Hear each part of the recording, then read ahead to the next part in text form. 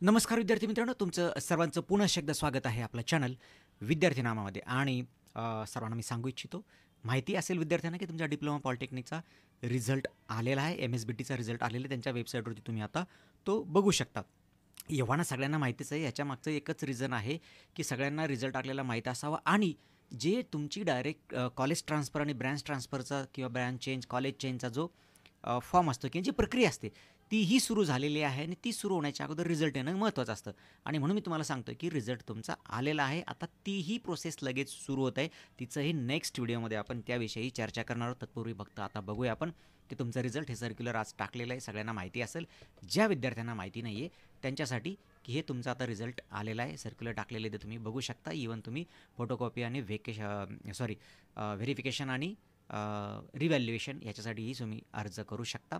त्याचीही माहिती त्यांनी दिलेली आहे. त्यांनी सर्क्युलर टाकून आज तुमचा रिझल्ट तर लागलेला असं डिक्लेअर केलेलं आहे.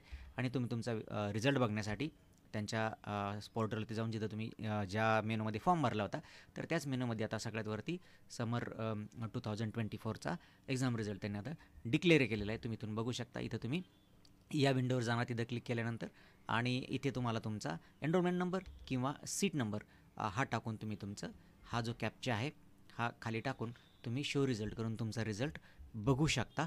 इवन ज्या विद्यार्थ्यांना गुणपडताळणी करायची आहे किंवा फोटोकॉपी घ्यायची आहे तर त्या विद्यार्थ्यांसाठीचं शेड्यूलही त्यांनी डिक्लेअर केलेलं आहे.